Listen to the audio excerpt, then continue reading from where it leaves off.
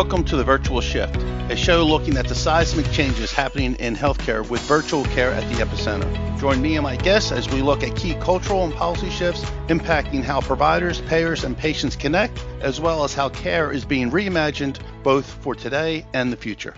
Hello, and thanks for tuning in today. I'm your host, Tom Foley. You can learn more about this show by visiting the program on healthcarenowradio.com, and be sure to follow me on LinkedIn, Twitter at FoleyTom, and the hashtag The Virtual Shift.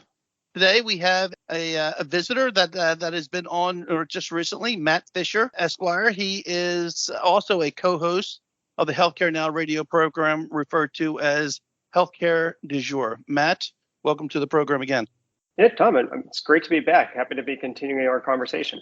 Awesome. So, and if anyone was wondering, Matt's program, Healthcare du Jour, plays on Healthcare Now radio at 2 p.m., 10 p.m., and 6 o'clock in the morning, just an hour before the virtual shift plays. So please tune in. So, Matt, the last time we spoke, very, very intriguing conversation about the whole aspect of telehealth, remote patient monitoring, remote therapeutic monitoring, and chronic care management, and some of the nuances associated to that. So let's dive in a little deeper on that perspective. You know, during the first conversation, from a remote patient monitoring perspective, you made some interesting points. We all know that remote patient monitoring, a provider can enlist a third party to do the remote patient monitoring on their behalf. That's not so much the surprise, but you made some interesting points about the medical device. Again, remote patient monitoring, as you know, you need measures on 16 unique days in a 30-day period, and you need time in segments of 20 minutes. So you can bill up to a maximum of 1 hour. But when you talked about the medical device, some people automatically think FDA 510K cleared medical device. Thoughts on what type of device actually qualifies for use in an RPM model? Yeah, no, it's a great point to reemphasize because it's one where there is a very fine hair to split there. If you go into the commentary and what is required in the physician fee schedule, it says that the device needs to meet the definition of a medical device as defined by the FDA. So that doesn't mean you have to be using an actually approved device, something that's gone through the process with the FDA. It just needs to kind of meet that broad definition of what a medical device is, which is, kind of covers pretty much anything, almost anything that you could think of to some degree. Obviously whoever's prescribing the use of something is going to want to have a good degree of comfort that the readings and the information that are being transmitted automatically are going to be clinically relevant.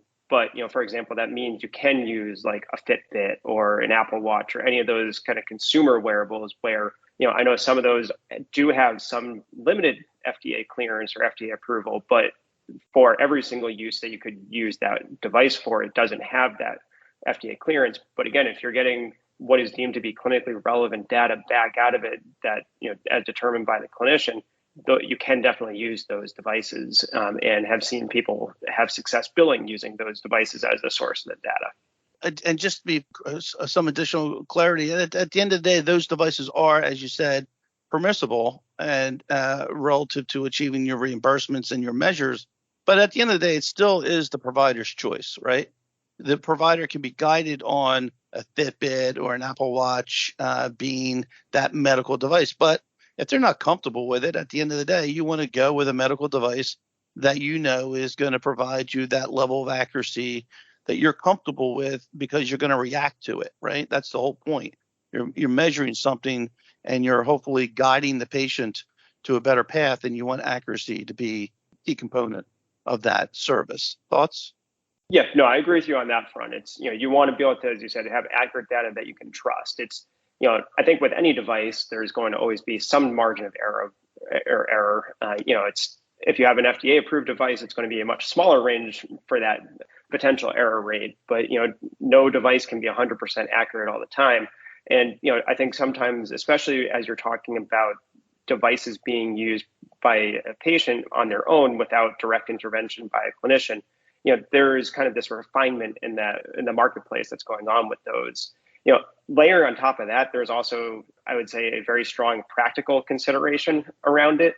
You can't expect that you're going to hand a patient, say, a device that costs $500 or $1,000, because that's going to eat up all the reimbursement that you could expect to receive from performing, services that actually meet the RPM codes for a very long time. So, you're going to look at that and be like, well, what's my return on that investment? Am I ever actually going to make the investment back? So I think that is also driving faster iteration and faster development of devices that can prove more accurate, and then also experimentation with it. I've seen one clinician who was trying to do RPM for sleep monitoring, and testing out maybe an Apple Watch, or I think Garmin watches were another option, because I believe I think Garmin, or maybe it was Fitbit, one of them has sleep monitoring built in. And after hearing that clinician look at data from both and a couple other options, was able to make a clinical judgment from that provider's perspective of what was going to be the best data, what was going to provide the best snapshot that could be used for them to be able to perform meaningful tracking.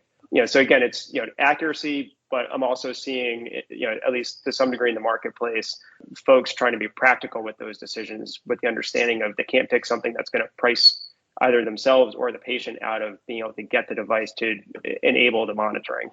And to your point, relative to the cost of the device, you're spot on in that you don't want to spend $1,000 on your medical device, because at the end of the day, you're getting reimbursed via CPT code 99454 somewhere in the neighborhood of $55, $56 a month. Yeah, it's that dollar is there to spend on the medical device, but at the same time, if you're outsourcing a service, you want to budget your dollars accordingly. You want to be as accurate as you can with the devices that you have, but at the same time, you want to use your other CPT codes as well, 99457 and 458, in context of your 20, 40, 60 minutes of service to help achieve that measure, as well as other aspects of remote patient monitoring. Would you agree?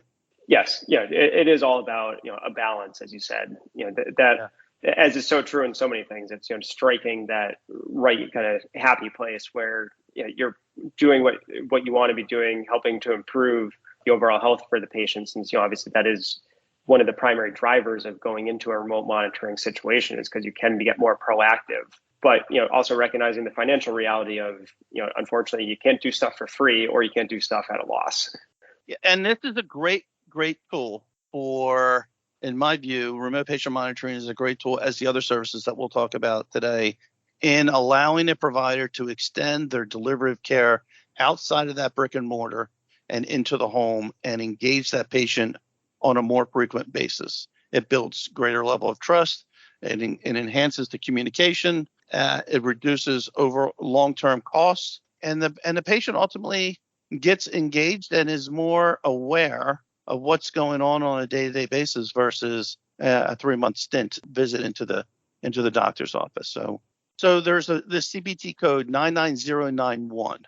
It categorizes a 30-minute time frame where only the provider can perform data analysis and interpretation. The way I read that is that if I am providing the monitoring services on behalf of this provider, and I have someone whose health is not stable and measures are out of range, if you will, you want to escalate that to your provider that you work on behalf of. And that provider is going to log in, if you will, and be able to analyze the data, draw some interpretations, and then engage that patient accordingly. Is that a fair understanding of what 99091 permits? Yes, so it's definitely that more active engagement by the physician or the other non-physician practitioner that can actually bill for the service. So, pretty much looking at an MP or someone of a similar level where they're able to directly bill Medicare. It could also be a parallel service. It doesn't necessarily have to just be escalation. It could be that physician is this is the time where they're using it to reassess what's happening with the patient, maybe refine the care plan. That's forming the basis for actually having ordered RPM in the first place.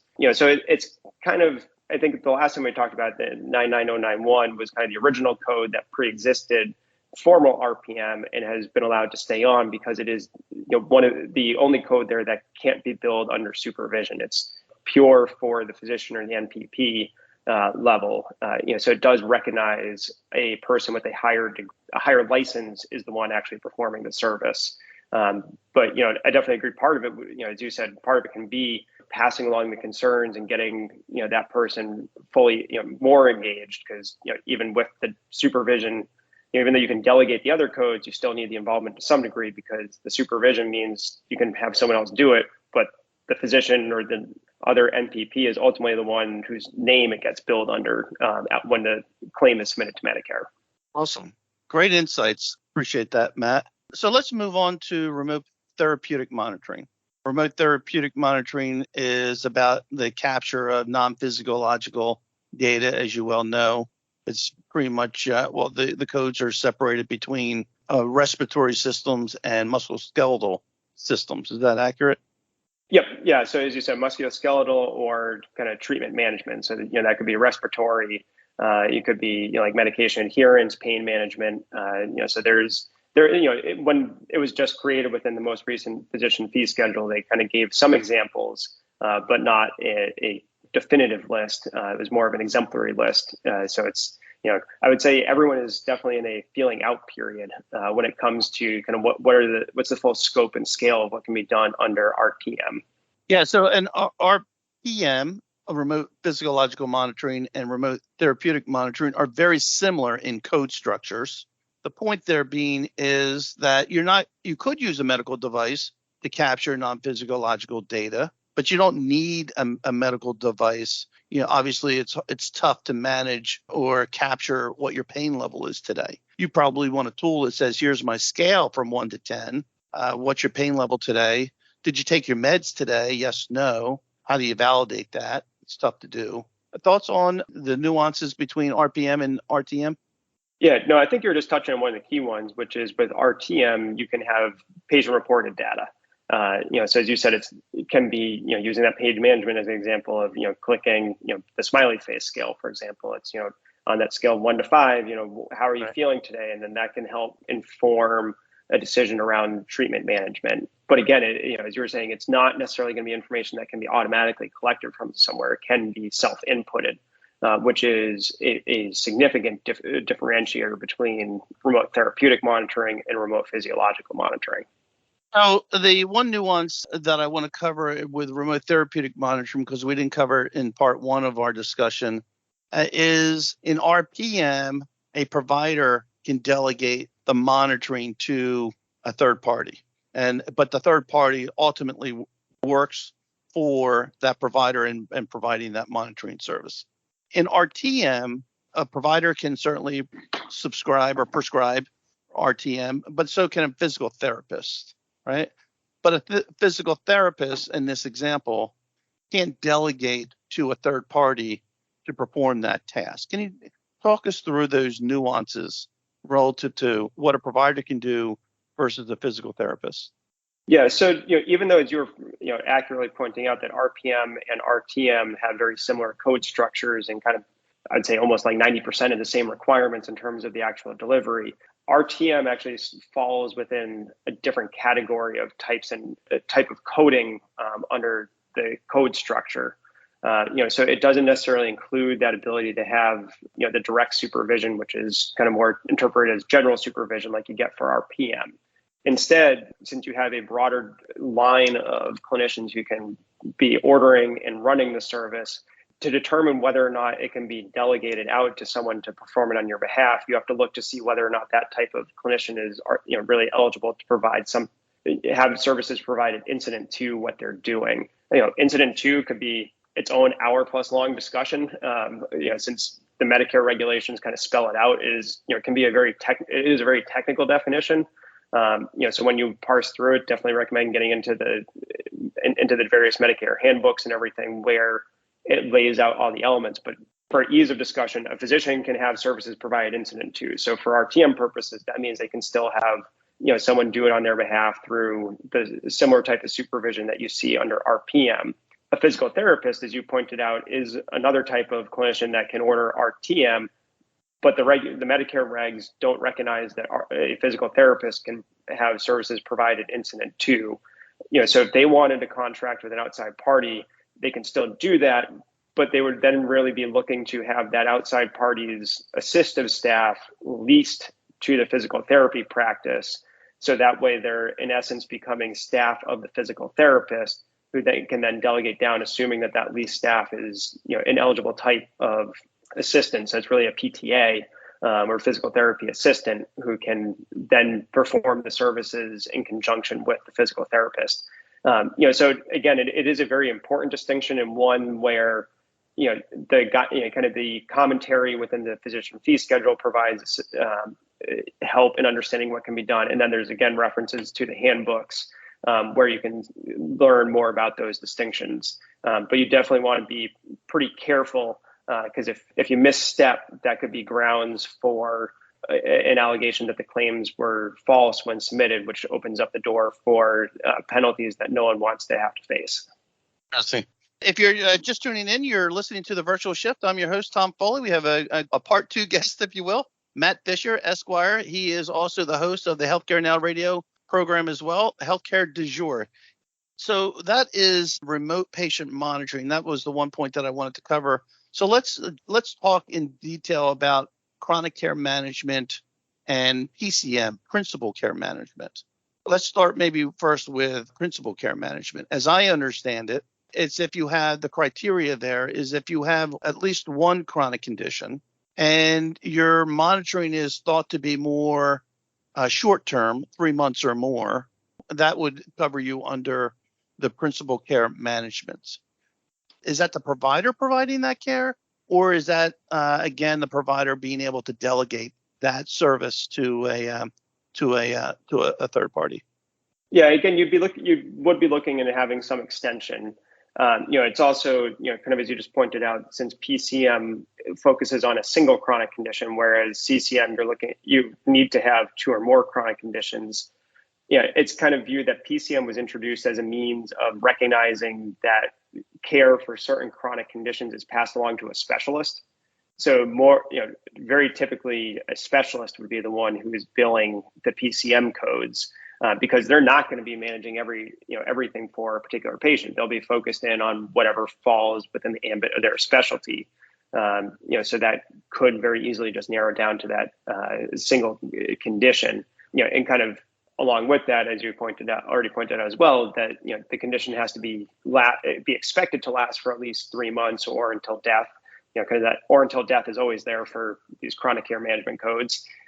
That shorter duration, though, again, recognizes that you're probably passing the patient or referring the patient over to a specialist for a particular, hopefully not as long episode of care before then feeding the patient back to primary care for the fuller, kind of more comprehensive ongoing interaction. So it raises the question, RPM, RTM, PCM, you can't have multiple providers having a single patient in an RPM program. Only one provider can enroll a patient in RPM. Same thing holds true with RTM, and the same thing holds true with PCM. Is that correct? Yeah, so PCM can be provided concurrently with RPM. You just need to you can't have the same time count towards both services. You do need to separate it out. So it can't double count the time. It needs to be separate time dedicated to each service. Yeah, but what I was referring to, I hear what you're saying. So in the case of PCM, let's just hypothetically say I have my primary care provider enrolled me because I'm enrolled in his RTM and RPM program. He enrolled me in a PCM program. And then, but that specialist, that cardiologist, enrolled me in a PCM program as well. I don't believe that's permitted under CMS rules. Yeah, but I think again, you'd be looking at typically PCM is shifted over to the specialist. So if the primary care was trying to do PCM, they might have it might be more difficult for them to get that code through. But I agree, you wouldn't be able to have two different clinicians trying to provide bill for CCM for the same condition. That would certainly raise, or well, I'm not going to say certainly because I try not to say anything will absolutely happen, but you would expect that would raise a red flag within an audit of billing by Medicare or one of its contractors. Yeah, and that's what I was trying to get to, and I appreciate you clarifying that. I just want to make sure that the physicians that are listening ultimately are asking some good questions of their patients about what programs they might not be in before they take action and enroll them in a program themselves, right? Yeah, no, So that's a good point to raise, and it's you want to be talking with your patients about it because for all these things, consent is something that needs to be obtained. So you do need to get an informed consent from the patient. The informed consent may not include that question of are you doing a similar type monitoring service with a different clinician?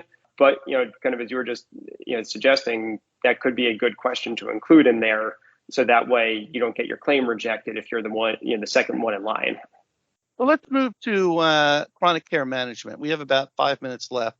It's thought to be, as I understand it, a program to support a patient that has 2 or more chronic conditions and is thought to be more long-term, 12 months or more, or to the death, as you raised, is really the criteria as to whether or not someone qualifies for chronic care management. Is that accurate?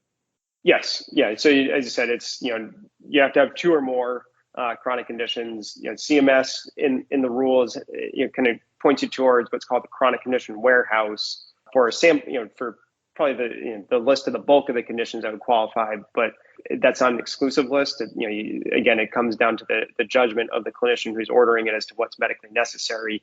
Then again, the other point, as you raised, another component of it is it has to continue for at least 12 months or until death if you think death might occur prior to that 12-month period.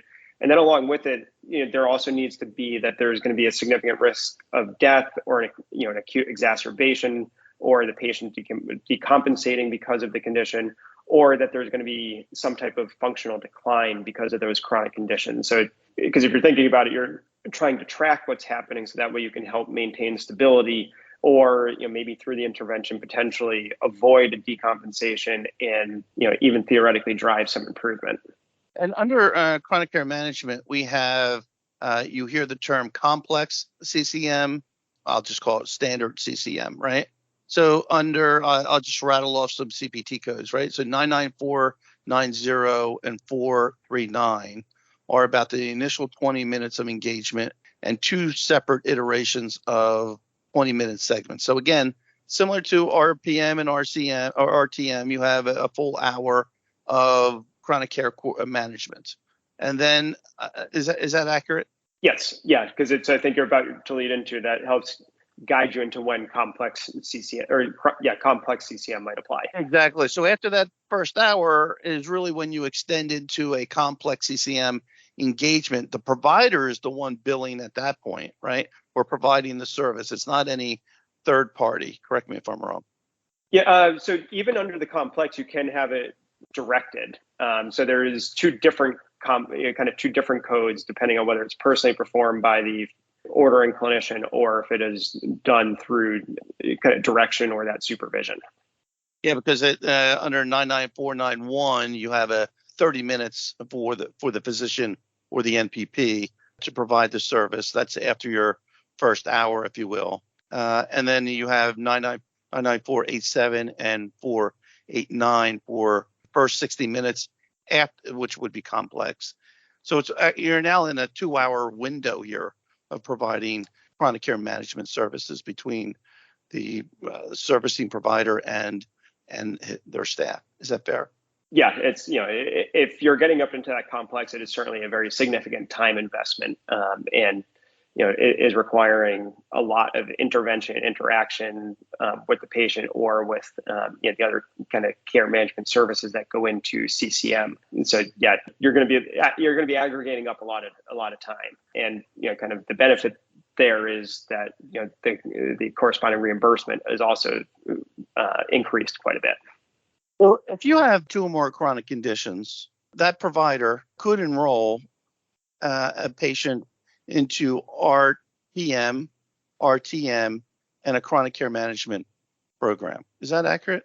Yes. I mean, there is, it is possible to get all of that together. You do want to be very careful about how you're trying to bundle it together because, again, you wouldn't want to mix time. And then there's also, considerations around, the scope of services being provided.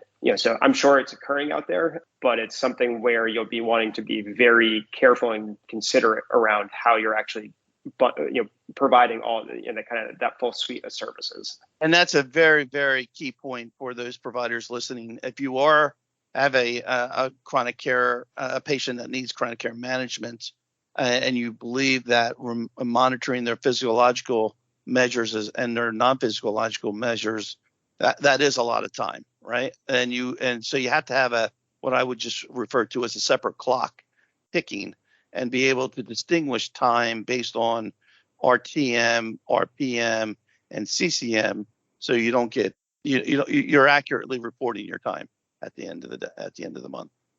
Yes, yeah, you don't want to be incurring unnecessary risk by being loose with your documentation on that front, because it's I would have a pretty strong suspicion that if you're billing multiple of these types of monitoring codes for a single patient, you can expect that will be triggering some type of a red flag with any auditor that Medicare is employing, because the codes are they are still relatively new compared to a lot of things. There's still experience being gathered. And given the fact that you do need to distinguish the time between each of the services, there could be lots of questions to make sure that time is being appropriately reflected, and that you're not having unintentional double counting or overlapping time across the different code sets. Exactly. And chronic care management, unlike principal care management, chronic care management, you could be the primary that prescribes a patient into that program, where you had said earlier that a principal care management, it's more likely that a cardiologist or a specialist more aptly would be the one subscribing a patient into that program. Is that accurate? Yes, and it kind of tracks if you think about it. Basic CCM, whether it's non-complex or complex, you're looking at multiple conditions, and more often than not, it's your primary care clinician who is the one that is aware of and is working with a particular patient for those multiple conditions and seeking the assistance of a specialist or other outside assistance where necessary to manage maybe an acute exacerbation of one of the conditions. But ultimately, it's usually that primary care clinician who has the full global picture of what's happening with a particular patient. Matt, we're going to have to leave it there. I truly appreciate your time once again. Matt Fisher, Esquire, and also a host of the Healthcare Now radio program, Healthcare Du Jour. Matt, thanks again for being on the program. Yeah, no, my pleasure to be back, and always happy to chat whenever you want.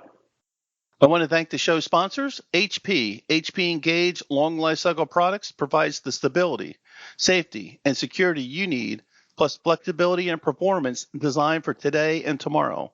As well, GenieMD, providing a modular, scalable, and customizable virtual care platform and clinical services to help providers extend care into the home, increasing access and quality while driving new revenue opportunities. If you missed part of today's episode, you can tune in at the same time, 11 a.m. or 7 p.m. Eastern, throughout the week, and be sure to check out the program page on healthcarenowradio.com. And remember, connect or follow me on LinkedIn, Twitter at FoleyTom, and follow the show's hashtag, The Virtual Shift. I'm Tom Foley. Until the next shift.